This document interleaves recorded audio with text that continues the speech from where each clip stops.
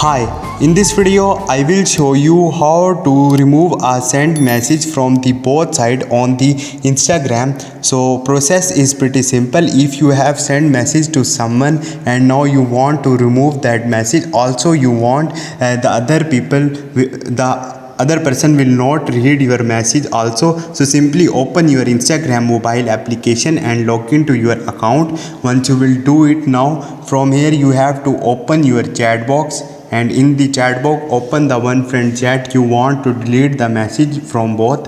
And once you will do it, right now I have sent a message like this, and let's say I want to remove this from both of the sides. Simply select a while on the message and you will see three options is popped up here. So reply, unsend and more. Simply you have to click on the unsend and again click on the unsend, and this message will be unsent. So you will see that message is not here, it will remove for the both sides. So this is the way you can delete the Instagram message from the both side. Hope this video will helpful for you. See you next time. Thank you.